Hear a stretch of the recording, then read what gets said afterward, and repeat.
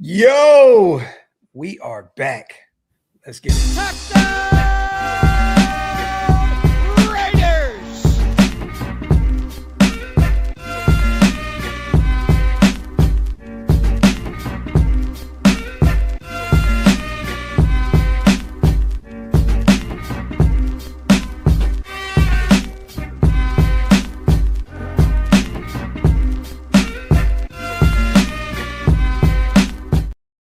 Yo, salute to everybody already here in the building, man. You guys know what time it is. We are back. Welcome to the latest installment of the Graphic and Wasted Show. Or the Wasted the Graphics Show, whichever way you like to slice it. My brother. What's the deal, man? Oh, man, I'm feeling it still from last night. You know, the birthday week, the festivities got started last night. We're dying, man. I'm dying, bro. Dying, man. But we're here. A few more hours until I turn 42. I want to say real quick, man. Salute to everybody who's been DMing me all the happy, early birthday stuff. I appreciate you guys so much. If you guys want to hang out with us tomorrow, I will be doing a birthday live tomorrow night, same time. So make sure you pull up. I'm here to Stu. My brother Waste is gonna pull up for a little bit. Try to get the guys in the building and hang out a little bit, man. But as always, brother, how you doing, man? Man, I'm feeling great, man. It's fresh out the shower. You know what I mean? Rough day. Yeah. Rough day. But look, it makes it better that we get to talk Raider football, man. I mean, There's a lot going on. There's a lot going on. And I don't think people really realize how significant today is for Raider Nation right now. Two big things. Two big, and that's what she said too. Bang zoom. But two huge revelations have happened out there today, man, that are going to affect our offseason big time. Yes, man. Salute real quick to my brother Jason, man, aka Demon King, gifting 5 OLV and Raider Nation Unlimited Wasted Talent memberships. Appreciate my brother, man. Love you, bro. Thank you so much. If you guys want to become a member and you missed out on those 10, hit the links. They're pinned up top. Again, they definitely help us keep the lights on over here at Shieldmore. Salute to my guy Ray Glide as well, man. What's up, fellas? Happy early B-Day, Graph. I appreciate you, my brother, so much. It's crazy. We're backstage and Wasted says, man, you look really gray. Really gray. As this man has a full face of just wool. No, brother, I'm not talking about the facial hair. I'm talking about your aura looks great. You totally misunderstood that shit, bro. You look like your soul is left. You look like undercooked salmon. Yo, you look like Undertaker circa 1991. Yo, I ain't talking about your beard, homie. Man, you out of pocket. Salute to 2-4 as well. Happy birthday. I was 42 years old 8 years ago. Old man 2-4 in the building, man. Salute to you. Also, I want to say salute to my guy, Brandon, a.k.a. Jersey King as well. He just sent out another birthday package, man, of jerseys. I'm working on some stuff Wasted as well on your end of things. But, whatever, man. But he's turning 50 on the 23rd, I believe. So I wanted to say happy early birthday to him as well. Happy early birthday to Hammer. In another week and a half, it's his birthday as well. So it's definitely Capricorn Aquarius season right now, man. We are here. I hate all of you. And listen, when it comes to my guy Jersey King, man, that is the selfie master. Oh yeah. This guy's always sending selfies. You have such a punchable face, and I appreciate every single post. Thank you. Salute to my guy, Deflategate. Happy early birthday, Graph. Many blessings this year. I appreciate you, brother, so much. King Wrecker, I appreciate you as well. He said the Graph like a Mexican Tomlin. Holy shit. Oh, wow. Well, you know what? We can start the show there, okay? I see a lot of people still thinking that there is a chance out there, a sliver of hope that potentially Mike Tomlin will coach the Raiders. Well, we put him on the thumbnail, you guys, for a reason. We're going to get this segment out of the way real quick. I know you talked about it last night on your show. And my apologies, you guys. We were supposed to run one last night. Wasted called me, and I was actually wasted. So, it's crazy. Literally wasted. Yeah, you know what I mean? So, but you had a great show. But I know you talked about it. Let's start with your opinion on the whole Mike Tomlin situation, because it sounds like he's taking a year off, that he may already have a gig in terms of television. I know Adam Scheffner and a few other people put it out there that he's taking a year off, and that you would still have to trade, because he's still under contract with Pittsburgh. He walked away. He wasn't fired. Yeah. Again, but what's your thought process on this whole thing? I mean, that's pretty much that in a nutshell. I mean, there's certain things that Mike Tomlin wants to do personally, right? And him not being a coach and working kind of like punching the clock for a TV show kind of allows him to do what he wants to do in his personal life with his daughter. I know his daughter's a Division I gymnast down at the University of Georgia. Yeah. He wants to see that through. I think she has a chance to go to the Olympics and stuff like that. And then also, like you said, you have to give the Pittsburgh Steelers some compensation. Yes. And the thing with that is that not only do you have to warm yourself up from an ideology standpoint of having a coach that has won and has some gravitas, those guys don't just come here without having some kind of say. Yeah. They've spent 20 years not having a say. They're not going to go back into a situation like that. And then you got to give something up for them too. Yeah. I'm completely out on that. I don't want a coach who has any say.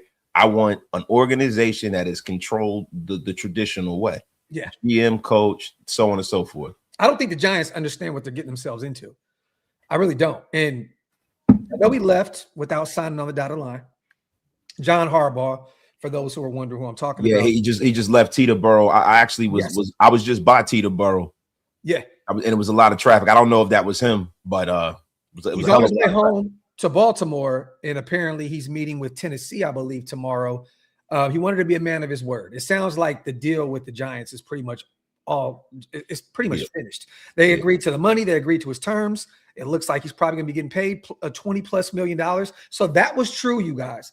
That was true. And why wouldn't he, right? I mean, Pete was getting paid. What would they say? 16 million. He was getting paid 16 million. Yeah. I mean, this guy should get paid 20 million. I mean, at least he's been somewhat successful in the last few years. Yeah. It's just, the New York Giants, if I'm being real, I think him having control is probably a good thing for them.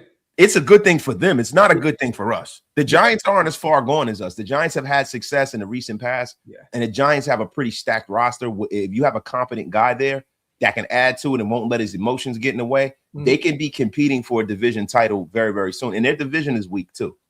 Yeah, facts. He's meeting up with Tennessee, and then I believe Atlanta may be the third one. So again, Harbaugh is being very, picky about who he's speaking to. I know that there was some preliminary talks with the Raiders, and what you guys, I don't think people realize what that means. Just some, hey, is there any interest there, or what do you guys have going on? So on and so forth. There's nothing there with John Harbaugh. I knew once he left, or once he was fired from Baltimore, that was not going to happen at all. It's time for us to go the young route here, Waste. It's time to go get one of these guys like Jesse Minter, we're going to talk about right now. He just came in for an interview today. Well, let me not say came in. I don't know if he was in the building or if it was through Zoom. I'm going to be honest with you guys. I've been in the bed damn near all day, but I know that he met with us today. So that's the kind of timeline that I'm talking about. The Chris Shula's of the world, the Mike LaFleur's of the world, these type of guys, when you're going out to get the likes of a Fernando Mendoza at number one, you want to bring in a guy that can grow with said talent, right? Yeah. Like, you don't want a guy that's going to come in and already, again, if you bring in John Harbaugh or Mike Tomlin, you guys, again, we're going to be questioning like, is Spytek, what does he even do at that point? What does he do? What does he do?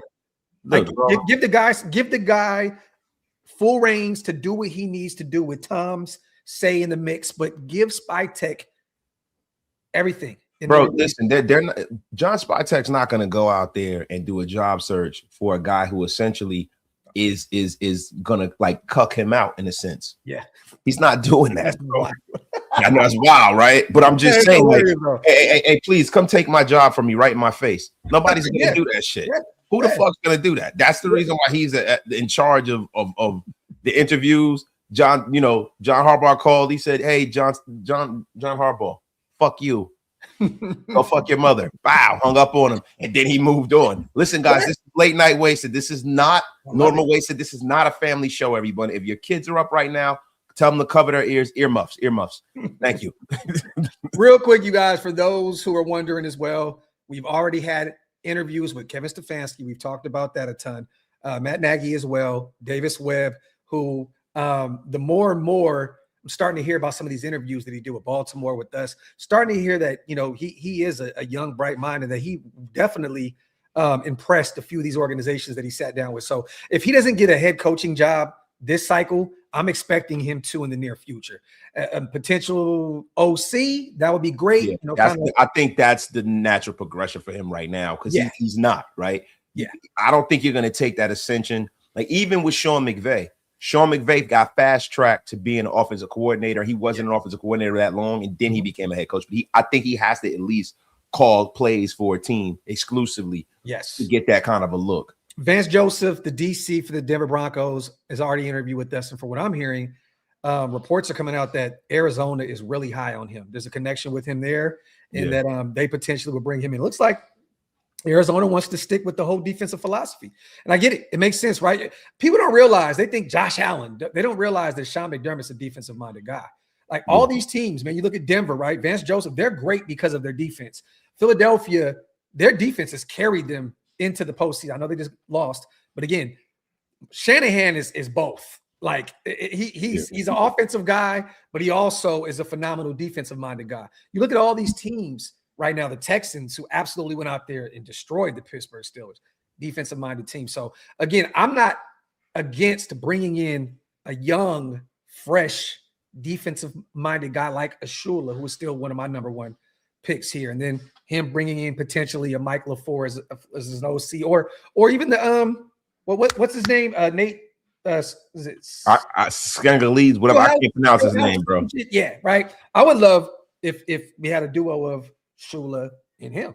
That would be great. I'm gonna be real with you. If one of these guys out of this whole coaching carousel is going to get a job, it's going to be Shula. Yeah, I think the Dolphins are going to hire him. It makes too much sense to happen. It makes too much sense not to happen, bro. And then when you got an owner like Stephen Ross, who's a provocateur, he has to give his fan base something to get excited about. And he knows that these big name coaches are not taking that job. Chris Shula is going to be the coach down in the mind with the money. Offered him $15 million for that organization. He turned it down. Said he wanted $15 billion. Would it be? That's what I said. 15 billion. I thought you said million. I'm about to say no, bro. Billion. So you got what you got to do is you have to pronunciate. It make you get ugly when you say billion. Hey, to be able to turn that kind of money down it's just nasty. Real quick, let's catch up with the chat, you guys. Salute the 510. There's a war going on outside. No man is safe from. His name is Mendoza. Salute to my guy 510 on a $5 smackaroonie. Salute to Chef. Happy birthday, Graphic. Raider Nation for life. Appreciate you, my brother, so much. Salute to Indiana. Graph, it's been 42 years since our Raiders won the Super Bowl. Every birthday, we have to remind ourselves, happy birthday. Salute to my brother, Indiana, out there. And again, I was, I think, 5 days old when we won our last championship. Nasty work. I've told the story before that my dad wasn't even at the hospital. He was at a Raider party and shit. He's fresh out the motherfucking pack. Fresh out the pack. Salute to my guy, Indiana, man. Salute to Chef again, gifting 5 OLV Raiders Network memberships. My brother, I appreciate you. Salute to all the new members here in the building. Again, if you guys want to become members, we both have them on our respective platforms. Hit the links pinned up top. Again, it helps us keep the lights on over here at Shieldmore. Chef, appreciate you, my brother. Primos, I'm seeing some fans still wanting to trade back with Moore going back to school. We're going to get there very, very soon. The number one pick is more valuable. If you're Spy Tech, are you considering trading back? No. There's no trade package out there that I'm willing to part ways with the number one pick. I'm sorry. I think, what is the most first round picks you can get? 4? I believe it's 4, right? It's 4. So the Jets can give you potentially 2 this year and then 2 next year and have 3 next year, right? In a deeper class. Again, we're not take the quarterback. Primos, like, honestly, man, like, and this may not be a popular take here, you guys. But again, I would rather take Mendoza. And if you want some more first round picks, move Max.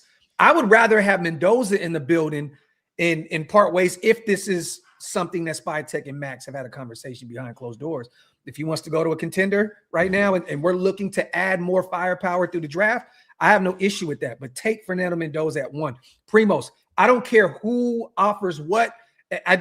There's no dream trade package for me. Don't play around. Just take the guy there at 1.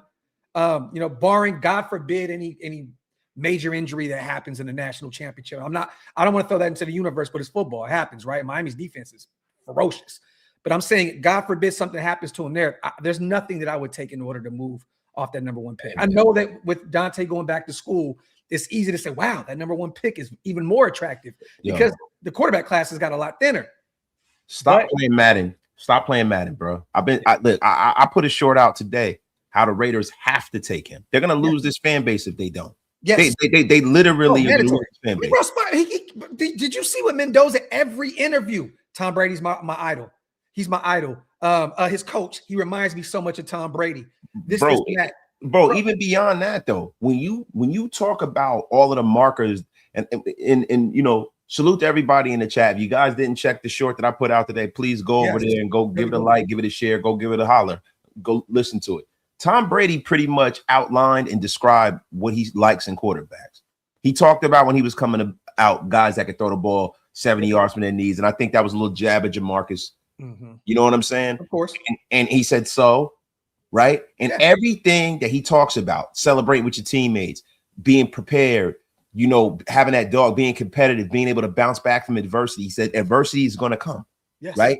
Yes. These are all of the things that I see in Fernando Mendoza. And this is the first time I've seen that in a quarterback that I know that Tom Brady would draft since Joe Burrow.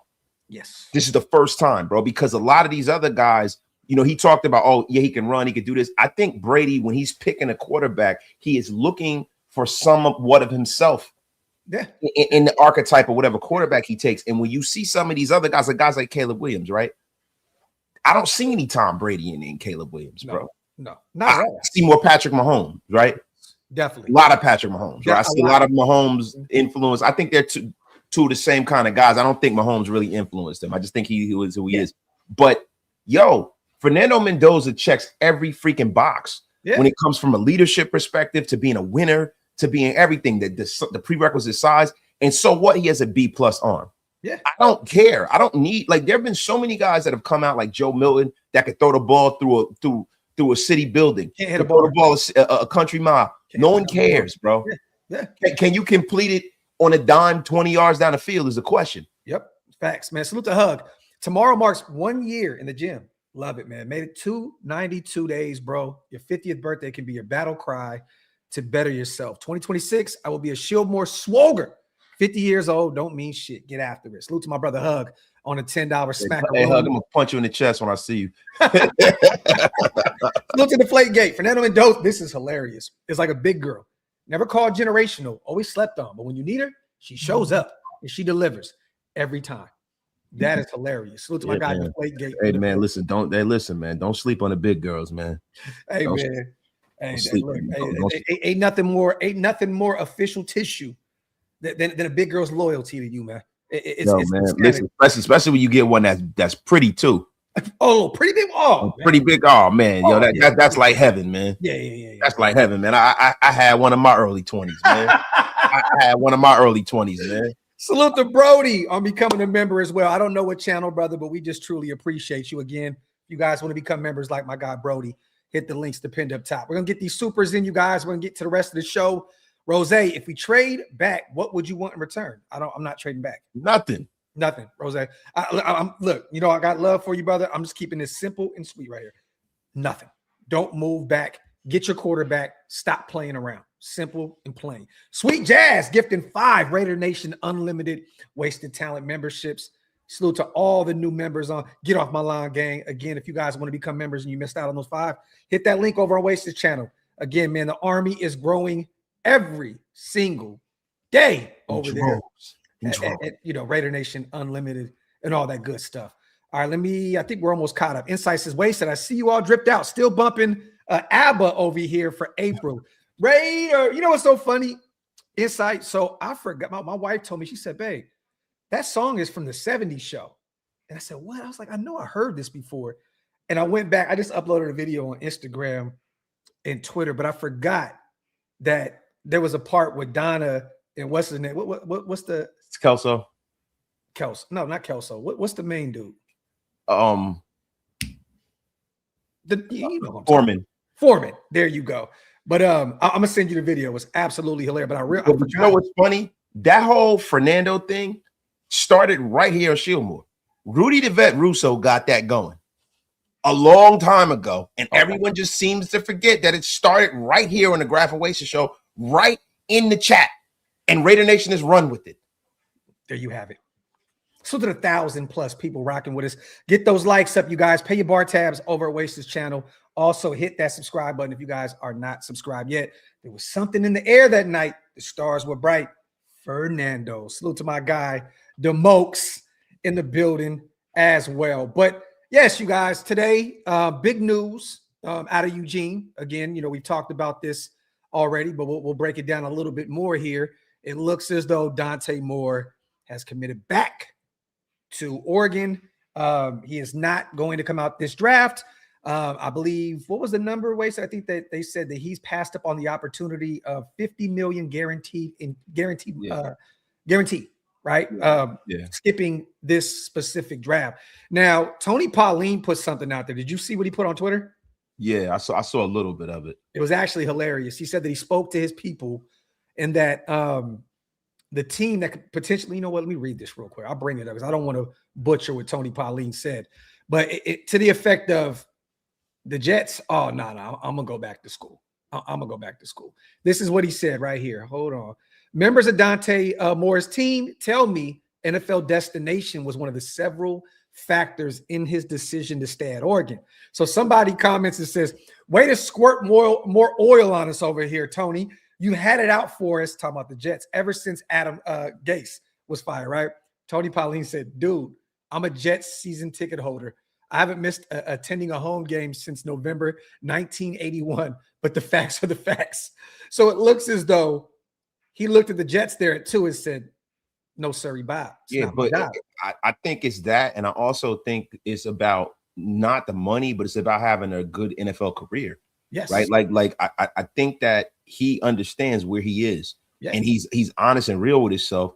And the fact that you have the people over at Oregon that are able to give him something close to what he would make it if he's in the NFL. I mean, he's really getting he's gotten enough money playing at Oregon that a regular person can live off of for most of the rest of their life, bro. Yeah. So this is a guy, he's probably going to get $6 million, $7 million, because I know Carson Beck got $6 million. Right. He's going to get more than that. So when I'm just putting a floor on it, right? Start at Carson Beck and then go, right? Yeah. And then the cool thing is that he just saved Oregon from having to deal with the Dollar General version of Mahomes because he just went back into the transfer portal. So that's no, he didn't. No, he didn't. So I seen that. That was a false report. That's a false report. Oh my God! Am I up here dropping false knowledge? No, it's good. No, he already knew that there was a chance that Dante Moore made. He said he was sit for a year, right? I don't believe him. Yeah. So I mean, hey, and look, again, we know football, right? Injuries occur, things happen. But again, I think it'd be smart for him. He's coming off a nasty injury out there in Nebraska as well. So why not go sit for a year behind Dante Moore and then take over in 2027? It makes sense. But he's coming off of a whole nasty disposition, man. That boy, listen, man, he is taking dick riding to a whole nother. He's a Hall of Fame boinker surfer, bro. This guy I'm actually shocked he didn't go to Texas Tech. Where he said, I thought it's crazy, bro. This joke is. He is just like, hair, number, mannerism. I mean, it's ridiculous, bro. I mean, he is like the meat surfer. that joke is something like they call Max B the Silver Surfer. He's the meat surfer, bro. That boy is on the salami like this. Man, it's nasty, crazy, bro. Get your own personality, dog. Salute to Jorge, man. My guy. Hey, man, real quick, salute to him as well. He hit me up in a DM on Instagram and told me that he just got he's working out for the WWE. He has a session on the way with them. And he's trying to get on with WWE. So that is so dope to see that, man. Salute to my guy. And again, man, good luck, brother, with your tryout. Analysts and Kurt, man, look at Kurt Banker. This dude, wasn't he a UDFA quarterback? That was man. I mean, that guy's is an effing bum. Go ahead, let me see. Kurt, I want to look this up because I swear to God, bro, I looked this. I thought he was a UDFA and he had a terrible career in the NFL. Okay, let me see. He was in the NFL? Yeah, I'm looking right now because again, this dude apparently, he was undrafted, and then he went to the San Antonio Brahmas, bro, and couldn't do nothing over there. So Yeah, and then I guess he turned to media. Now he has a whole YouTube space. Bro, look at this guy. Don't he look like the guy that plays Matt Ryan in like a Lifetime movie or something like that? Yeah, bro. He looks like if he looks like Carson Beck, but Carson Beck look like he low key like kind of. Nah, he don't look like Carson Beck, bro. You know what this dude look like, bro? He looks like one of the people. Carson look like he missing a chromosome. Well, you know, I don't know. I mean, I know what this dude, right? This guy, look at this guy. Very Cro-Magnon-esque. Is that a fat Stu? It could be. That's a fat rookie Stu in Oakland. It could be, but to be honest with you, he looks like what Mini-Me would look like if he was fully grown. That is a Ben Roethlisberger Stewart. Yeah, bro. Ben Roethlisberger swagger. Bro, he looks like a fucking CPR dummy. Yeah. Like a garbage pail kid. Yo, doesn't he? Windy Windstack. Yeah, that's crazy. Look, bro. Yes, this is what happens when you're the number one, when you're drafting at number one. I mean, what do people think here? Any team that is drafting at one that's not getting that pick through a trade previously is a terrible fucking football team. So, I mean, they're not landing on Plymouth Rock with this take. Like, we suck this year. We need a whole new defense. You know, outside of Max, we can improve everywhere on the defensive side of the ball. And then, you know, offensively, we got a bunch of young guys that, you know, we're hoping can be superstars, i.e. Ashton Genty, and Brock is well on his way to that already. So again, and then if we draft Fernando Mendoza, but man, look, I don't want to hear this shit, man. I can't. This dude has. If you look at some of his takes, I'm talking about Kurt Benkert, like it's disgusting. Like this dude is again, he is a product of hot take. The hot take. Yeah, man. And see, you get a lot of these guys that don't know the Raiders roster. They don't really watch football. They just want to put something out there to go viral because apparently he's not making any money off of playing football. So listen, this is a guy that is a fringe NFL player. He's an effing bum, you know, and I'm sad to say that he's from New Jersey. You know what's funny, man? Let's not even talk about Kurt. Is he from New Jersey? I think he's from New Jersey. He may be. He might be from New Jersey. So while you look that up, right? We're talking about a UDFA that couldn't even make it in the UFL. Let's talk about somebody that actually did some things at the NFL level. Did you get a chance to see what Lincoln Kennedy said about our potential number one pick, Fernando Mendoza? Yeah, I did. No, he's actually from Baltimore. Good. He ain't from Jersey. This is what he said. And this is Lincoln Kennedy, someone that was actually really, really good at his job. Here's where I am today. And I am solid on this side of the fence because I believe the Raiders need a quarterback. They need a franchise quarterback. And I believe that Mendoza is that guy. He said that on Locked On Raiders Squad show with Q and a shorty over there. I forgot her name. No disrespect. I'm not giving that up, the number one pick, because I've evaluated enough to say, you know what? Mendoza is right there with the first pick. I am taking him. I need to address this. I'm not saying we're not players away. I think we can all agree with that. We're still players away. And maybe you entertain the idea possibly of somebody coming to make an offer that you can't refuse. But right now, I'm sold on Mendoza. So don't mess this up, Raiders. And this draft isn't really good enough to try to get a Godfather kind of a deal. Yeah. This draft isn't good enough, right? Like before all of this stuff happened, it's like, oh, get LR late, be smart. Fuck that. Let me tell you something, man. The Raiders have always shied away from drafting quarterbacks early. Al Davis never really did it.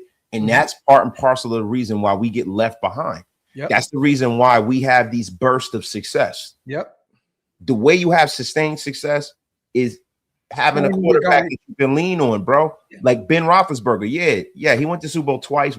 He went 3 times. He won 2. Eli Manning won the ones that he played in, right? You know, he won 2, the ones he played in. You know, number one quarterbacks most of the time means that you're going to punch your card to go into the Super Bowl. Yeah. And the funny thing is, even like Matthew Stafford, he didn't get a chance to get it done in Detroit, but he got it done somewhere in Los Angeles. Number one picks go to the Super Bowl. Some of them don't win, but they go there. Yeah. Jim Plunkett, Matt Ryan was the number one. He wasn't the number one overall pick, though, but he was a number one pick quarterback. In that year, didn't he go number one out of Boston College? I don't think so. Or was he a top 5? I think a defensive player. Was that the Mario Williams draft? No, right? I don't know. I think the list goes Matthew Stafford, right? I mean, Matthew Stafford. Joe Burrow has been to a Super Bowl. Yeah. Like, one of the only ones who hasn't is freaking Drew Bledsoe, #1 pick, been to a Super Bowl. Peyton Manning, number 2. He was number 2. Who went #1 that year? Mario Williams. I'm lying. He went number 3 overall in the first round in 2008. He was the second quarterback off the board. Who was the first quarterback off the board in 2008? I'm gonna look right now.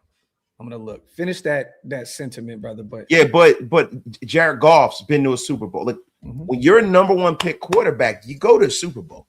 Yeah. Like you might not win it, but you go. And the thing is that the Raiders. This was the Jake Long and Chris Long back-to-back. Oh yeah, I remember that draft. Yeah, and then McFadden went right after Matt Ryan at 4. But the thing is this for me, being scared to fail is you've already failed. Yeah. This is the NFL, bro. And when I start thinking about, and I said this in my short earlier, not to do shameless plugs and promotion, but I want to reiterate this. When you start talking about from 2022 to now, right? I have Fernando Mendoza somewhere around like 4 or 5.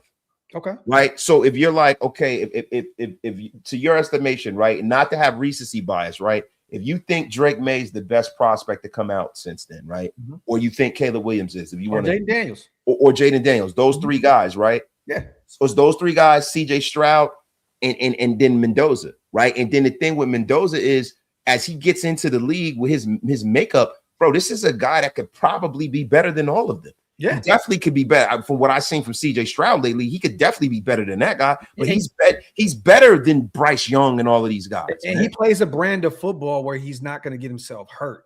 Again, there was a few times where I'm like, slide. You know what I'm saying? But I think he'll learn that at the next level.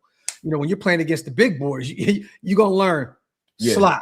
Oh, you know what I'm saying? But again, this baptized a little bit. Yeah, this kid's gonna be good for a long time. And I want to finish this real quick because again, he went on to praise him even more. I'm speaking about Lincoln Kennedy. He said the energy that he played with, the maturity that he showed, he is such a different guy that I covered when he was at Cal. He has grown significantly. And I think he is a pro. I think he is definitely the first pick in the NFL draft. To me, he's the chosen one. I mean, if there's anyone that's going to be take the Raiders somewhere great, I think he is there. He's the future. Besides, the Raiders need to address the problem. They put Band-Aids over the quarterback position for far too long since Derek Carr. They just have supplied Band-Aids. And we can go over the long list of guys. I mean, we know. We don't have to, go over it again. Yeah, but we were there. We've been there. We know. Yes. Yeah. So 510, man. Appreciate you, brother. Salute to a Chance in the building as well. Gotta love some of our fans. Would rather trade back than get our future quarterback. No wonder Mark Davis never changed. Peeps just never questioned his motives. Salute to my guy Chance. Look, man, we cannot mess around this year. Again, you guys, I understand that this roster has a ton of holes. Did Chicago have a ton of holes on that roster when they drafted Caleb? Yeah, they did, right? They brought Caleb into a bad situation, and guess what happened? They went and got an O-line with Ben Johnson here in year 2, and now they're still fighting to get to reach a Super Bowl. Yeah. I mean, Jaden Daniels went to a terrible Commanders team that had holes all across that, that roster. I mean, we could look at Drake May. That was a 4-13 team just last year. They were top. They were same record as us. Yeah, you know what I mean. So again, you guys, let's not mess this up. Go get the guy, build around him, and let's keep this thing moving. Salute to Buck Nasty, one of the greatest names in YouTube history. Yes. Saw the short wasted. I agree with you on losing the fan base. A nation needs young fans, bandwagons, and a casual fan. Those breed the next generation, the diehard fans like that. And Buck, you know what's so crazy? I put this on Twitter earlier. Wasted, like, you know how many Indiana Hoosier fans we're gonna have now because of him? You know how many fans are gonna follow the Raiders now because of this kid? Not even Indiana Hoosier fans, but people that are just fans of Fernando Mendoza. Yeah, like we're gonna get a ton of them. Like, look. People keep crying about home field advantage and shit. Well, guess what? Go draft a guy like Fernando Mendoza that provides hope, that provides optimism, and the fans will show up. Yeah. Yo, you're going to have so many number 15 jerseys in that stadium. It's going to be crazy. Like the thing, you got to give people something to believe in. Something to believe in isn't, oh, we got Max and we went out there and put Band-Aids all over the team and Brock. No, what you got to do is you got to take advantage of the fact that you have three young talents that are all on the same trajectory. Yes. That's what you got to take advantage of. You got to take advantage of the fact that you have your version of the triplets. Yeah. You got your running back, you got your tight end, you got your quarterback, you got two young wide receivers who can possibly be star players, but most likely they'll be, you know, complementary pieces. And then it affords you the luxury to go out there the year after that and take the best wide receiver in the draft if you need to. Hey, look, man, next year's gonna be fun because if we shit the bed and we're in the top 10 or even the top 5, there's so many QBs in next year's class. We might end up with Jeremiah Smith. We may have him on this roster. Honestly, right? Because of how many quarterbacks are coming out next year. Think about this. We could potentially get him somewhere if we shit the bed again. If we're a really bad football team like we were this last season, we can be in line to get Jeremiah Smith. And you got Genty, Smith, Brock, Fernando. That is a nucleus that you can build around. Yeah, and then you have the ancillary. Like, see, people don't understand that.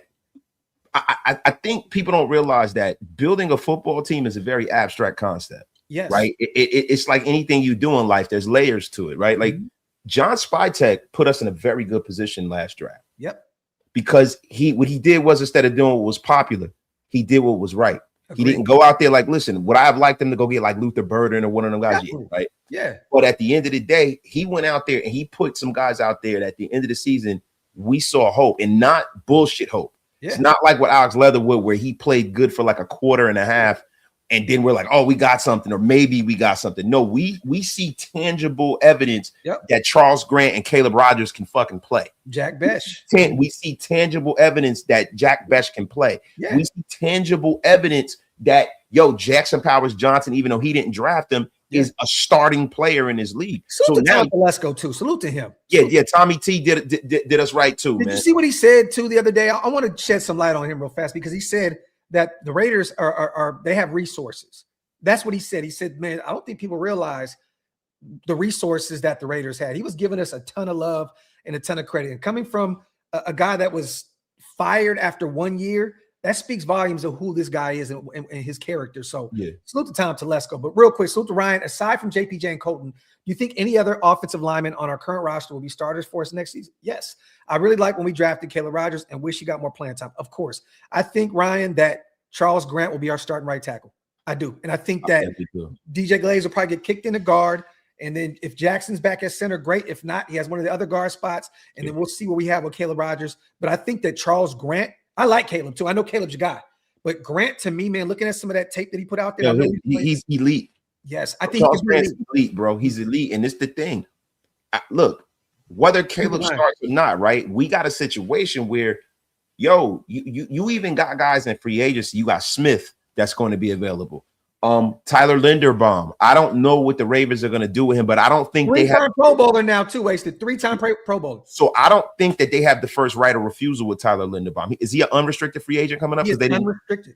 Yes. So they denied his 5th-year option because they were trying to work the money out, right? And they were trying to work the bread out, and they were going to say they're going to double back and bring him back. But now we don't know how Tyler Linderbaum feels. He might see John Harbaugh out like, I don't want to be here no more. That guy drafted him. His loyalty may be towards him. His loyalty might be to his fucking wallet because he's a center. And this is the thing. It's the same thing with Rodney Hudson. Like, Huddy went where the money was. Yeah, we gave him the money. If John Spytek is divisional rival, to a divisional rival, addition by subtraction. But the thing is, when I look at John Spytek, right, this is a guy that's available.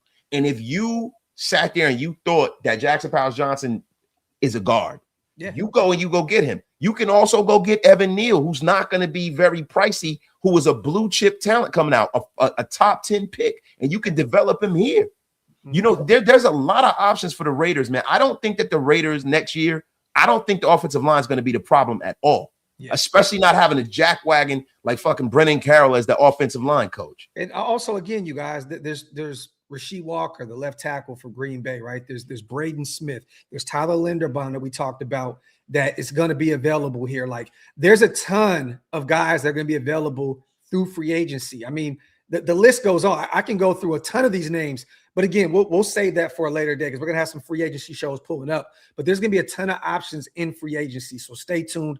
Again, that's why I keep doing these mock drafts and getting like a late round guard or something and building up the defense, because even Spytek kind of alluded to it in his presser, like, some vets in free agency. I forgot the exact words. I don't want to butcher what he said and say it. I don't know what he said verbatim, but expect us to go address the O-line in free agency. If Linderbaum is available, guess what? You kill two birds with one stone, because then you can keep Jackson at guard. You have Tyler Linderbaum, a 3-time Pro Bowler, and boom, you're set. And then you got Colton coming back. You can put Grant right there, insert him at right tackle, and then you can figure out that other guard spot with some guys you already have on the roster. Again, DJ Glaze can kick in, and we're going to have him on a show again here in a sec. I just spoke to him the other day, and then also Caleb Rogers again. And you can still bring in a guard if you want to do free agency as well.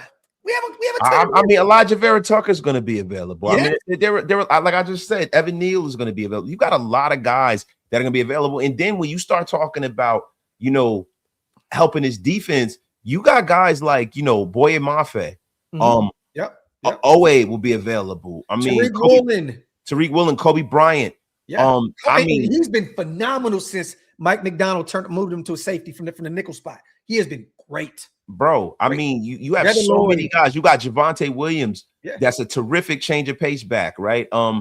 Man, I mean, that's not on the defensive side, but to me, I think the things that the Raiders got to do is get a starting offensive lineman to put in the mix with the other two starters that they have. And I think that, look, they got to improve that linebacker room. Leo Chenal is going to be available. Yep, that's my guy. And that was your guy coming out of college, right? Mm-hmm. There are a lot of guys, man, that are available, and it's going to allow the Raiders to just really focus on BPA. And if you they had the pain points last year. I'm sorry, man. No, you're good, brother. But again, if you bring in Clint Kubiak as well from that situation in Seattle, a few of those players may want to go, play under their former OC. You know what I'm saying? Like Rashid Shaheed that came over from the Saints. He is a free agent. This guy is a former All-Pro in 2023, special teams. 2 Pro Bowls. This guy is probably the best, if not 1A, 1B returner in football. So there's a ton. I don't let people try to undersell you guys this free agency period. There's a ton of talent. Devin Lloyd.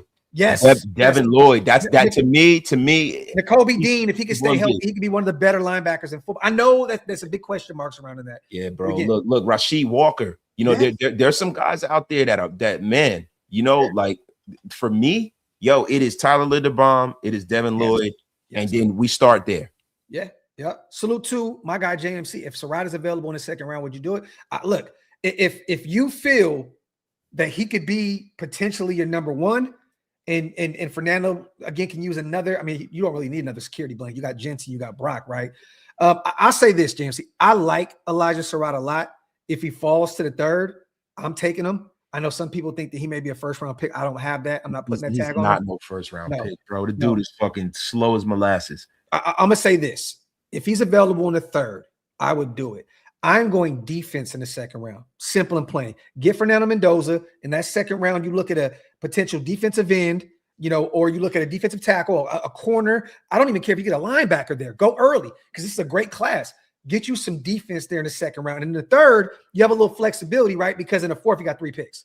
So if you want to just take the best player, you're like, let me go get Elijah there in the third to reunite him with Fernando. Then it makes sense. But get me the best defender in the second round. I need, whether it's corner, DT, preferably an edge to pair with Max. To me, Surratt is not a good enough of a prospect to take in the third round. In the third, I think he's gonna be really good. Yeah, but I'm talking about for us, right? Positional value comes into play when you start talking about third round picks. Third round picks are high draft picks, bro. Like you got to get a starter to me from the third round, right? And I'm talking about a starter in a major position, not a position where you're gonna have a guy like Surratt come in and he's gonna have to platoon for playing time because he might come here, bro. And to me, I think he'd be an instant starter. I think he'd be an instant starter. I think Jack Best is better than him. Oh, I'm not saying that he's not. I think he's better than him, bro. Then you got guys like Tucker and stuff like that. So he might not be. And he might be a guy just like this year where you drafted 2 wide receivers. Like, if I'm being honest, you got $106 million. Go get at least 3 starters, right? You go out there, get Linderbaum. If you can get Devin Lloyd to want to play ball with you. And then go out there and go get Alex Pierce. Go get a starter, bro. Go get Alex Pierce. He to me, I'm not a big guy on going out there and getting wide receivers in free agency. That's the kind of free agent wide receiver that I would bring in. I would only bring him in wasted if they feel he could be a true number one. You guys know I've been a major Alec Pierce fan since Cincinnati. since college. I was like big on bringing him in. Former Trey Tucker teammate, right? He had a big year with Indianapolis. But again, I don't know if he's a true number one. I don't want to pay a guy $20 million because that's the Jacoby Myers trope, there right? You go, right? But see, this is the difference. But he can be that he can take the top off of the defense. Yes. And so for me, that role makes him more valuable because we got a bunch of guys that can do the underneath stuff. We got a Brock Bowers. You need one guy that can take that top off of the defense, and he doesn't necessarily have to be your best receiver. And that gives Dante a little bit more time to develop, right? It gives him a little bit more time to develop, and then we see what we have with him as well. Sky High, this is exactly where I was. Like, I was late to the party. You guys know. I've been on his trade back for picks for a while now after seeing Mendoza torch 2 powerhouse programs. I'm sold. Look, I watched that. What was the game I watched first? The Ohio State game. And I'm like, okay, let me start doing more homework on this kid. Because I was like, I remember watching him at Cal. I'm a NorCal guy, so I always keep tabs on Cal, Stanford, and those teams back home. Sac State as well. But I was like, man, this kid is special. Then I watch him torch Alabama, watch him absolutely just destroy Oregon, 5 touchdowns in the year. I'm like, this dude, you just can't pass that up, Sky High. You can't, bro. And you guys know I've been big on the Mendoza train all season. And what I will tell you is this, right? 6'5" quarterbacks that are learned and like good as far as, reading coverages and things like that. They don't come along every free game. They don't. And the thing is, to me, his floor puts him to me, the worst he can be in the National Football League is Kirk Cousins. If that's the worst you can be. Hey. You know what's crazy, man? The thing is, people just always want the shiny athletic toy because he's doesn't move around like Caleb Williams, or because he doesn't use his legs like Lamar Jackson, or because he's not Jackson Dart with his leg. But I don't give a shit about any of that, bro. Like, this kid is a great X's and O's dude. He knows how to diagnose defenses. The kid he loves football. He studies the game. Like, you can't teach that. This kid is going to have next level work ethic at the NFL level. And he's going to get a chance to sit with his idol in that building in Tom Brady and probably watch film and break down shit. Like, this is a great opportunity, you guys. I understand that we have been damaged fans for a long time. Again, you can't mess this up. And I think that a lot of people are not going to be sold on it until we make the move. Because, right, we're Raider fans. We're used to this shit. We're going to get all hyped up about them and they do some dumb shit and get somebody else. But again, I don't think that Tom Brady and company, like you said with your short, right? There's no way. I think they understand the importance of this. I know that I think they realize the significance coming off of Geno Smith's miserable year at the quarterback position. Yeah. And they see the fan base finally ecstatic, like, get this guy. There's just no way. If they pass up on him, this organization's in trouble. And I really feel like Spytek and Brady was pretty much like put indoors to destroy this. Just we're already nothing right now, but like just Thanos, bro. like Tom Brady just boom, shit's done. Salute to Raider OG, man. Number 1 picks go to Super Bowls. But if you don't pick the correct offensive coach, that number 1 pick will be going to the Super Bowl with a different team. It's all about who's developing him so he won't be a bust. I mean, is that true? Who was the head coach for Atlanta? It was Dan Quinn, right? I know they had Shanahan, so I'm not again, but they had a defensive-minded head coach out there. Look, it's all about OG being able to, if you get a defensive-minded head coach, just find you a phenomenal OC. I mean, we can go down a long list of guys who've been down this rodeo before. So again, I hear you, and it would be beautiful to bring in Clint Kubiak, and he's the guy. He ends up being the guy. I want to say this as well, OG. A lot of people saying that this, I seen even Tashawn Reed say, I can't believe that people are firing coaches or moving on from coaches with this bad cycle of coaches. How? Most of these guys have learned from the best of the best. A lot of these guys were developed by McVay, by Shanahan. They come from those trees. How the hell is this a bad cycle? Bro, listen, makes no sense to me. You know why? Because a lot of these writers, they don't want to go out and actually put a real opinion out there. They put safe opinions out there so they can go back and look, I understand when you deal in a world where everything and all your opinions are in print in black and white, it can make you look really, really bad if you're wrong. Yeah. But the thing is, if you know the game and you understand how this shit works, these guys that are out there now, I think this is one of the best coaching cycles there is. All of these big name head coaches, when they're in their second act, they normally don't do well. Yeah. Let's call a spade a spade. How many of these guys like Mike McCarthy and all these guys, the Mike McCarthy sweepstakes, these fucking guys don't do well when they go somewhere else. Yeah. Like the jury's still out on my man in Denver. The jury's out. But most of the time, it's rare that you get a situation where you get an Andy Reid who does better in the second act. Yeah. Facts. Salute to my guy Raider J. Matt LaFleur, still no deal. If they trade, won't be in the NFC. Would he automatically top our must-hire list? A second and a first in 2027, maybe more. No, I'm not trading anything. And I'm a Matt LaFleur fanatic. I think that he's great. And again, they have not agreed to a deal yet. And that will get done. He's saying everything right. Green Bay wants him back. I mean, you got Josh Jacobs saying that he, this, and then Devontae Adams. Aaron Rodgers. Did you see what he said about we live in a world now where people want to move on from Tomlin and LaFleur? Like, that's fucking crazy. When you have a coach like that out there, Jay, you don't allow that guy. To me, it was a pipe dream from day one. And I'm still going to talk about it until, he does sign on the dotted line. But Green Bay would be foolish to move on from Matt LaFleur. It makes no sense. Yeah, to do what? Interview his brother? Yeah. Right? Come on. And see, like, Kubiak, he's a guy, right? Yeah. Kubiak's a guy, but that's essentially the same kind of guy. And Kubiak, from what I'm hearing, there's a deal already in place with Atlanta. With who? With Kubiak. I don't know if that's true. Let me say this. He's high on their list. Again, there's some ties out there, Matt Ryan, and he's very familiar with that system, right? And it makes total sense. I don't know if anything's done yet. I'd seen that same report that you're talking about, though. I know exactly what you. I don't want to put water on it because I'm very high on him. Yeah, but again, we interviewed him, right? We're doing our due diligence. So again, we're not going to know anything until they're pretty much done in the playoffs or they make a run to the Super Bowl. It is what it is. But I wouldn't be shocked. Atlanta's a good situation. You know what I mean? Like, the only problem is that is Michael Penix the guy. He would be great in that system. In Clint Kubiak's system, he'd be great. He would be great.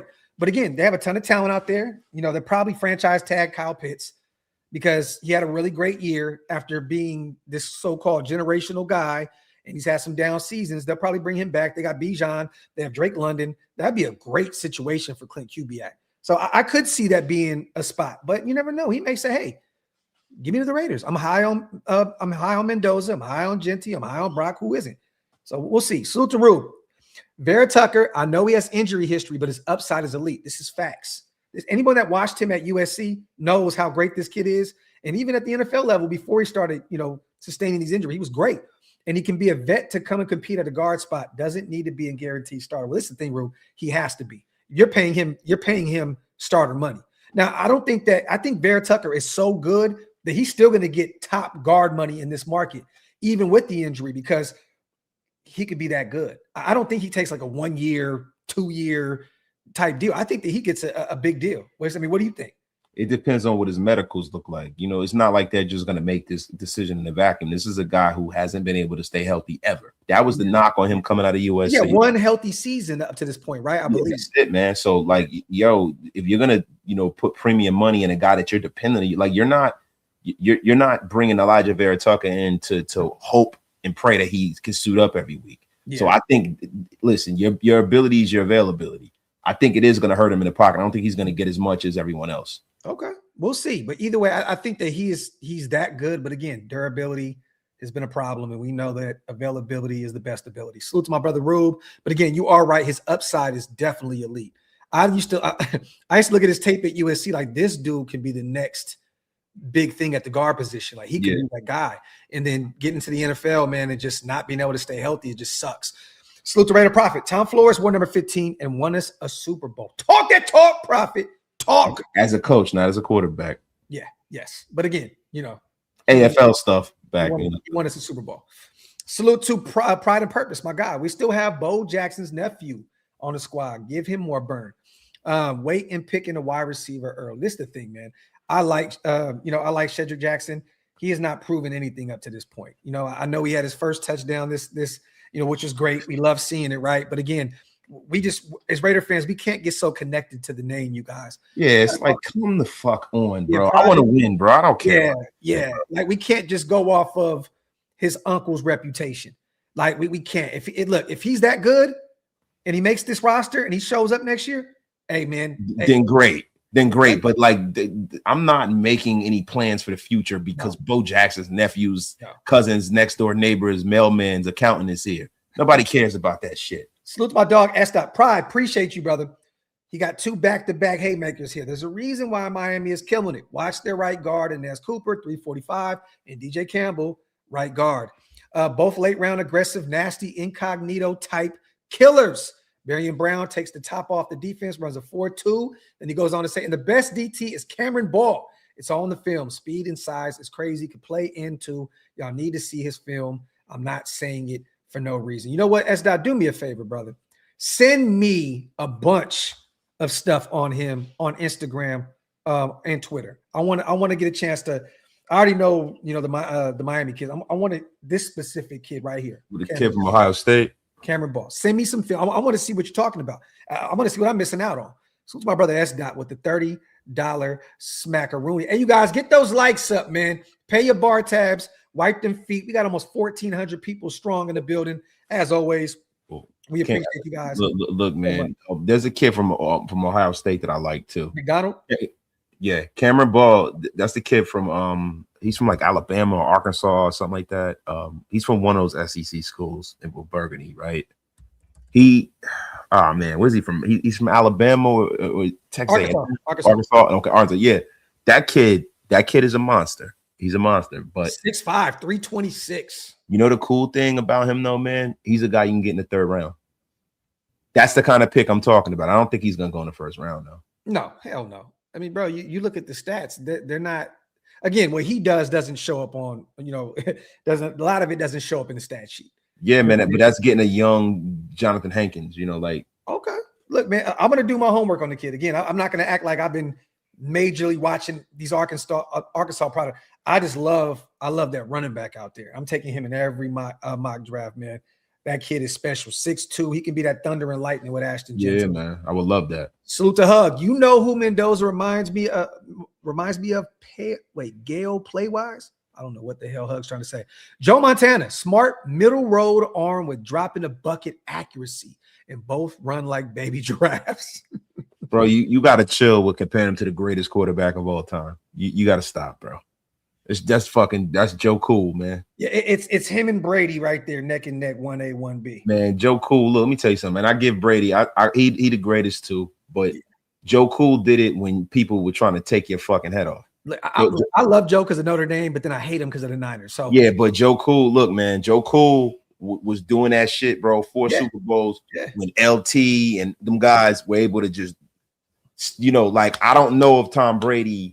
If they would have allowed him to get hit the way Joe got hit, if he would have made it. Yeah, you know what I'm saying? Give Joe his credit. And I hate Joe Montana, but Joe Montana was the fucking man, bro. Reggie and Lawrence Taylor and all. Oh my God, Pat Swilling and all these men, Charles Mann, Dexter Manley. Yep. Salute to Sweet Jazz. Football intelligence plus emotional intelligence plus competitive intelligence equals Mendoza, #1 pick. Salute to Sweet Jazz. Salute to OG again. What I'm saying is if you just get a good OC and he turns the offense around, you'll be gone to get a head coaching job. But and it happens. And that's my ideology too. I want the offense and that coach to scheme connection to live with the head coach and the quarterback. Yeah. In perpetuity. That's the reason why Kansas City, whether it was Alex Smith or whether it's Patrick Mahomes, they're successful because Andy's there. Yeah. I want the next Andy Reid. Yeah. That's what I'm looking for. I say this, OG, right? Because I agree with you. But if you bring in the likes of a Chris Shula that learned everything under McVay, I really believe that he can still identify and locate those bright offensive-minded guys that come in to be the OCs. If you brought in, I always butcher his name. Is it Nate Steelhouse or I don't know how to say his damn name, right? But a guy that learned under McVay. And let's just say that he becomes the next guy and he's gone in the next cycle. I feel like Chris Shula can identify the next guy. He literally learned under McVay. He's the only guy that was up under him. Like learned up under him. But bro, that's salute to OG. See, normally that doesn't happen. Like, look at what's happening in Detroit. Look at that. Like, that's a different team without Ben Johnson. They can try to make it about everything else. They can try to talk about how great Dan Campbell is, but the fact remains they were a game away from the Super Bowl with Ben Johnson, and without him, they didn't make the playoffs. Yeah, with the same roster. Yo, I ain't gonna lie, you guys. He said, "Talking." This shit got me lit right now. I'm very hungover, you guys, and this Vietnamese coffee got me talking twister speed. Okay, so I'm gonna try and slow it down a little bit, but yeah, this shit got me cooked right now. Go ahead, Wes. My apologies, brother. No, I mean, look, we're just at a time where, for me, right, like we have to really consider the fact that the offensive play caller and the quarterback need to be married for the next 3 to 4 years. Like the one thing that Brady had early in his career was consistency. The one thing that Manning had was consistency with Tom Moore. He had that consistency. I want to see that. When you see great quarterbacks, in the infant stages of their career, they had consistency. Even with Derek, we had a problem once Musgrave left. It was the best thing for him. And he ran him out of town, and you could see his play fell after Musgrave was no longer here. So for me, having a head coach being the number one voice in the building, especially if he has some success, kind of guarantees me that the quarterback and the coach will be here together, and they'll have that level of consistency, and this offense can continue to grow. Todd High Stakes Downing. Salute to Ahmed. When the Raiders have needed a quarterback, they've been forced to take one. This is not a willing and dealing organization that trades up for quarterbacks or anyone. Salute to my guy Burton on the $5 smacker. Rooney. Appreciate you, brother. Salute to Pride and Purpose. I think starting Mendoza right away isn't good. I mean, and this is right in most cases. In most cases, you don't want to start a young quarterback, right? Tom said it. He got a chance to sit behind, Drew Bledsoe and learn. And again, we can go down a long list of Aaron Rodgers behind Brett Favre and then Jordan Love behind Aaron. I mean, we see it, right? Again, in a perfect world, yes. And unleash, that's what I'm talking about. Mike Washington is a monster out there in Arkansas. That is my running back in the late rounds to bring in to run behind Ashton Genty, for real. But yeah, I mean, in a perfect world, you go get a veteran quarterback, in free agency, and you allow him to sit a little bit. But I think that this kid may be prepared to go day one. Wait, I do too. And listen, there's been a lot of guys that have had success like that as well, right? Yeah. The thing is, by week 4, Aiden Daniels. By week 4, you should probably see Fernando Mendoza. Yes. So look, man, I don't think he's going to sit the whole year. The only reason why Wasted hates Joe Montana is because someone was tearing his ass up in Tecmo Bowl all the time. Oh, nobody's ever torn this ass up. S. You be chasing bastard you. S. The only person that was smoking shit in Tecmo Bowl was Bo High Stakes Jackson, baby. Well, no, not really. Barry too. It was Walter Payton. Oh, Walter was the original. It was Walter Payton and Bo were like ridiculous. Yeah. Salute to OG. Look at Philly. Now I hear you, brother. I hear you, and I definitely understand where you're coming from. Again, one of the major reasons why Philly won is because of their former OC. He was the one that was able to bring all that out of that offense. He went down to New Orleans. They had somewhat success this year with Tyler Shuck out there, and they're going to continue to grow in New Orleans. They're going to put together a nice program down there. And today, Philly, what happens? They fire their OC. Yeah. So I hear you. I hear you, OG. Look, in a perfect world, we can go get the offensive-minded guy, but look at the long list of these candidates. There's not too many offensive-minded guys out there. There's Mike LaFleur. There's Clint Kubiak. I mean, who else? Who else is out there? I'm looking right now. We brought in Kevin Stefanski. If you guys want to go that route, 2-time coach of the year. But Davis Webb, that is an interesting name. But again, I'm with you, Wasted. I think that he should be an OC first. So for me, Kingsbury. I mean, so if we miss out on Kubiak, go get Salah.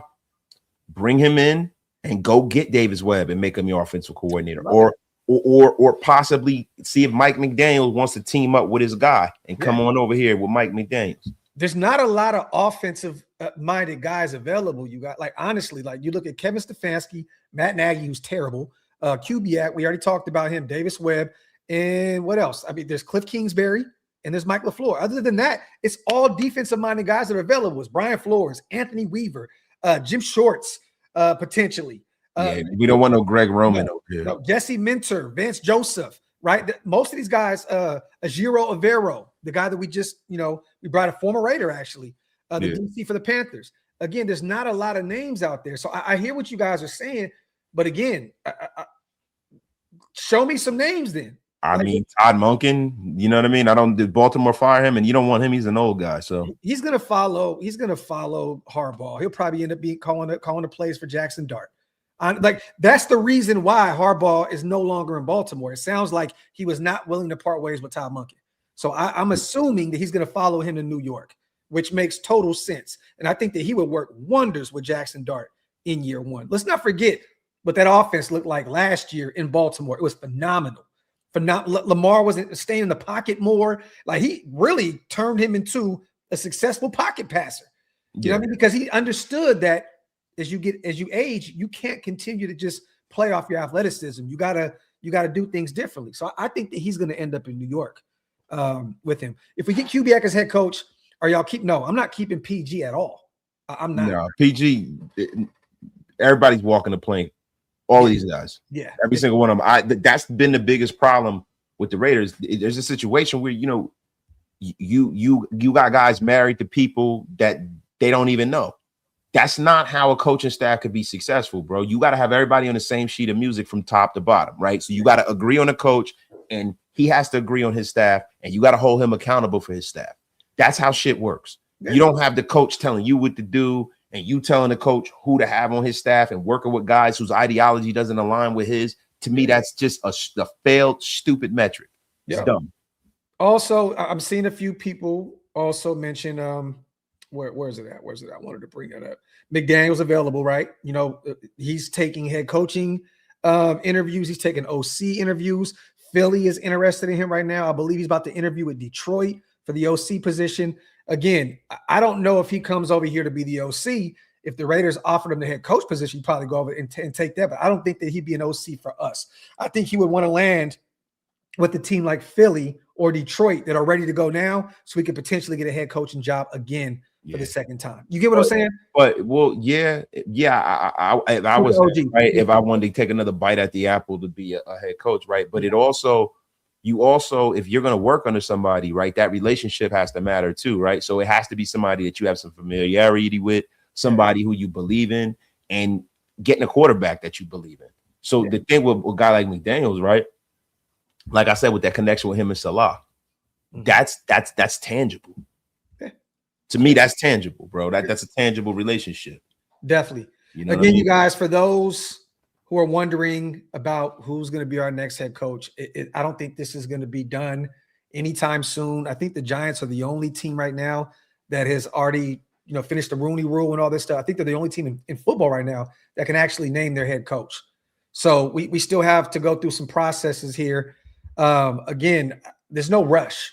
A lot of these names are still available, and some of these other guys that are playing in the playoffs right now, the Chris Schullers, the LaFleurs, and the Kubiaks of the world, Robert Salah as well. It's going to take some time. So no rush here. Again, but we have talked to pretty much most of these. I mean, like I said, Kevin Stefanski, Matt Nagy, Davis Webb, Vance Joseph, Clint Kubiak, and today, Jesse Minter. Now, I have no idea how that went.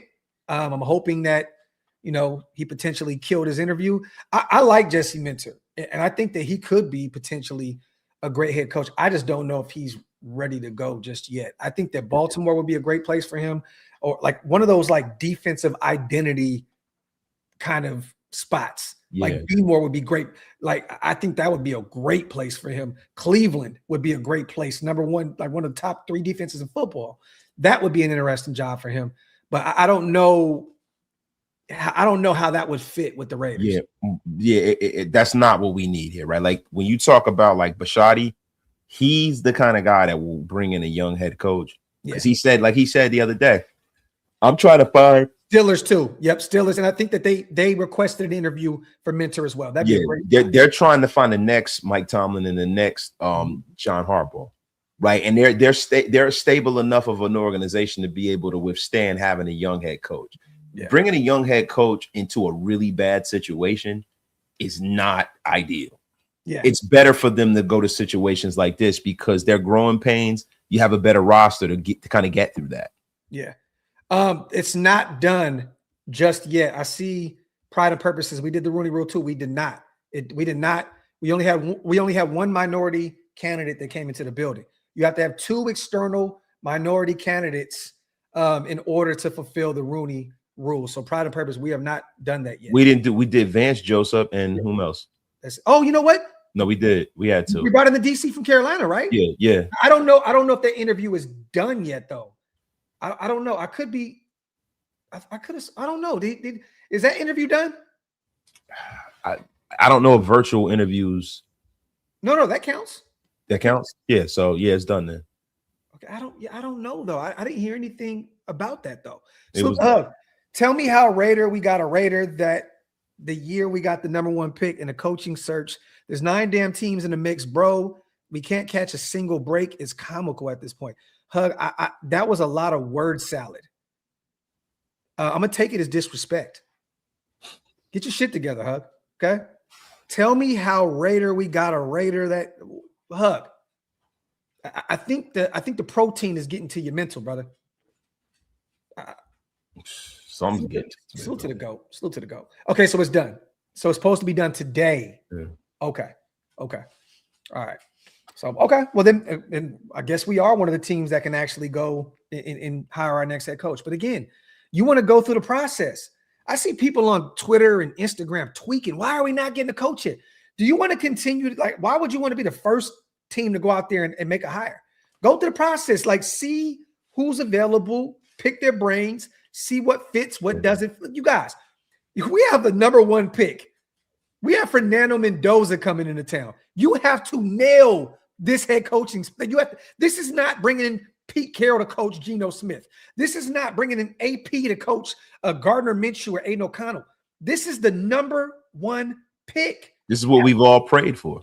Yeah, you got to be patient. I don't understand why people are tweaking, saying this, and that. Stop with the bullshit. We have to nail this hire. This is it. This is the most important hire in Raiders history. At least in Las Vegas Raiders history. Well, yes. Well, at least in my lifetime, I've never seen this team win anything. So again, we can go through the John Maddens and all that. I get it, the past. But again, we have to nail this. Rube, we've had 2 defensive-minded coaches in a row. Facts, AP and Pete Carroll. We need to hit on a young offensive-minded coach that will help Mendoza development the most. LaFleur, McDaniels, Kubiak, Webb, Stinovich, how do you say it? Shieldhouse? Bro, Shalassi? I don't know. Nate Shieldhouse. You can call him NS. All right. Shieldhouse. No, but again, he could be an intriguing OC.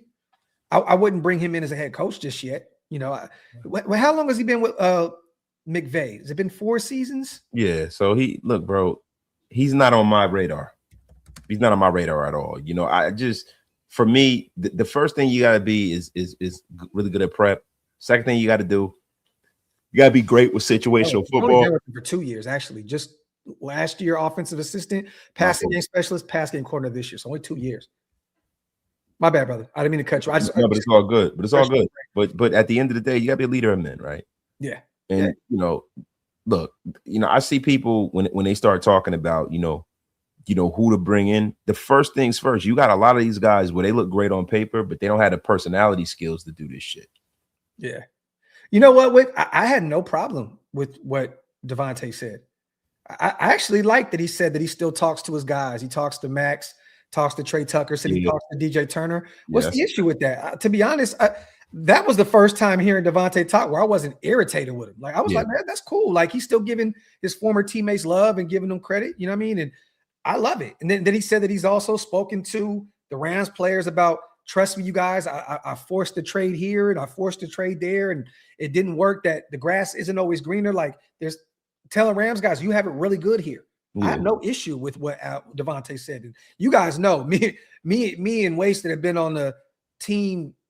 Fuck Devontae Adams, right? But I thought that what he said was great. I mean, man, look, I know some things happen behind the scenes, and Wasted is definitely privy to it as well. To hear that he talks to Max and these guys, that's great. That's great. I have nothing wrong with that. Oh, hey, 2-4. I'll find your super, brother. My apologies. I did not see it. I really think we're waiting for the Seahawks coach. OG, we'll see. Again, we already brought him in for an interview. So, and that was, what was it, last Friday, I believe? Mm-hmm. It was last Friday. Salute to 2-4. Graph and wasted the graph, however you want to slice it. This late night live stream has fire content. Whoever the Raiders get as head coach, let them cook. Hey, man, I couldn't have said it better myself, 2-4. There you go, my brother. Salute, man. We're almost to an hour and a half, late night show here, you guys. Wanted to just talk a little bit about what the hell is going on out there in these Raider streets. I know I've been gone for a few days, just hanging with the family. Wasted has been working like a maniac. So expect these shows with us to be late night, moving forward a little bit. I do a few coffee and convos here and there as well. But tomorrow, the birthday live, make sure you guys pull up tomorrow night. I'm gonna, like I said, I'm gonna send the bat signal to all the guys to come kick it. And hopefully we can hang out for my birthday tomorrow a little bit. Would love to have Shieldmore in the building. I'm gonna send it to Andy as well. Hopefully he pulls up and we can have a little Shieldmore reunited, and it feels so good. You know what I mean? So salute to Darth, 41 months. That is so dope, my brother. Thank you. Thank you, man. Appreciate you, brother. Other than that, man, we talked about, the head coaches. We talked about, Jesse Minter coming into the building today. We talked about, well, if not the building, through Zoom, however the hell they do it. We spoke about Mike Tomlin, you guys. That is not going to happen at all. Spoke about Dante Moore going back to Oregon and how that affects the Raiders. Yes, that number one pick, you guys, definitely. That much more valuable. That much more valuable. And maybe there will be a team that, says, hey, take a superstar off our roster right now and 4 first-round picks, and maybe Tom Brady and company sit back and say, "Damn, maybe they think about it."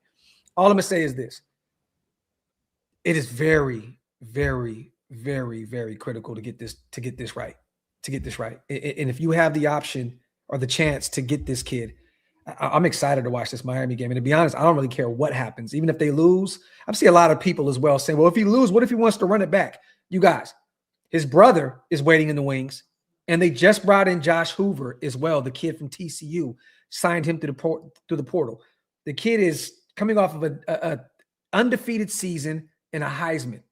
There is no way in hell this kid goes back to school. Yeah, it doesn't get any better than this. It don't get no. It's for him. It doesn't get any better. National championship in Miami, his hometown. I mean, bro, like, this kid is literally living the dream right now. You know what I mean? And hug. I'm definitely on my auctioneer. I'm telling you, man, this coffee got me fucked up. Salute the Brew. Raiders haven't been able to get a stable head coach in I don't know how long.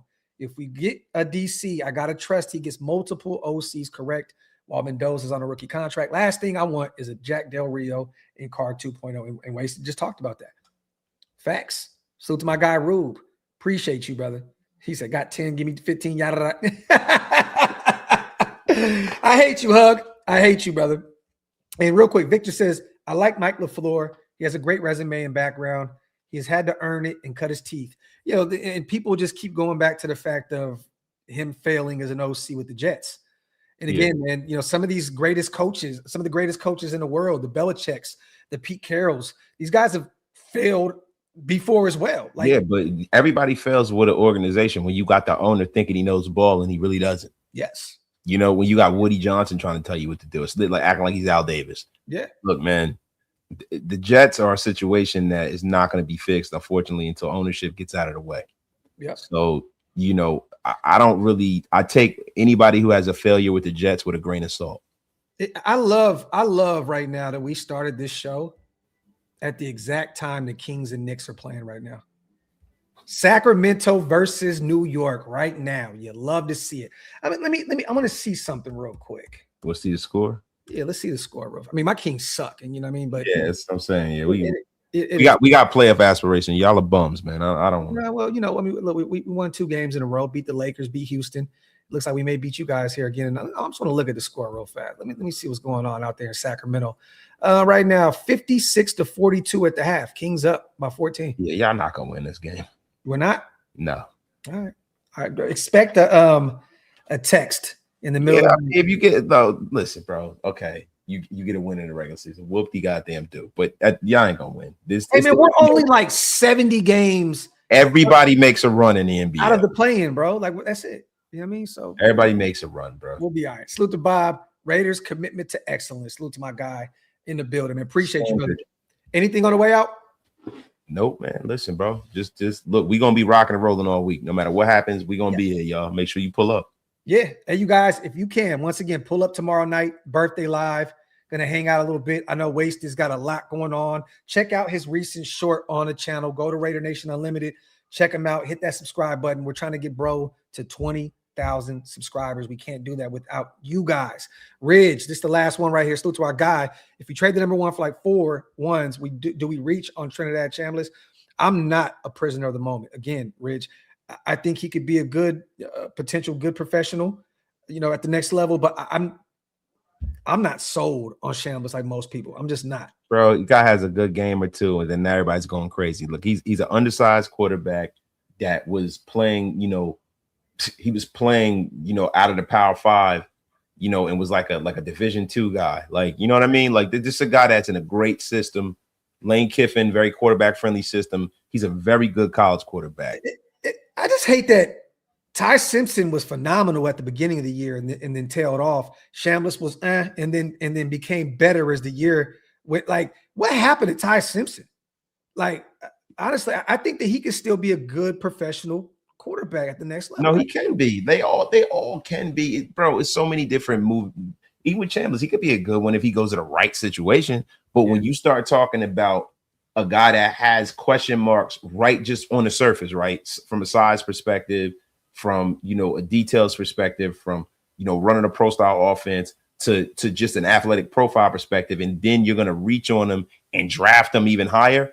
That's what makes people become bust. Like with Tyree Wilson. Like Tyree Wilson was a guy who had some clear issues, and we took him 7th. We reached for the guy, and now here we are. And we're paying for it.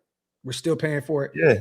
But again, if he goes to the right situation, like most quarterbacks, he may be able to, be a serviceable quarterback at the next level. I'm keeping an eye on Pittsburgh in round 1. Aaron Rodgers potentially gone. Keeping an eye on the Jets with their second first-round pick. Maybe they take a flyer on Ty Simpson. Who's to say? But yeah. Let's get the hell out of here. Salute to my brother Ridge, and salute to everybody again here in the building. Get those likes up on the way out. Hit that subscribe button. Wipe them feet. Pay your bar tabs and all that good stuff. As always, we appreciate you guys so much for pulling up to the late night show, Graph and Wasted, Wasted and Graph show. We are outro, y'all. 1. Touchdown!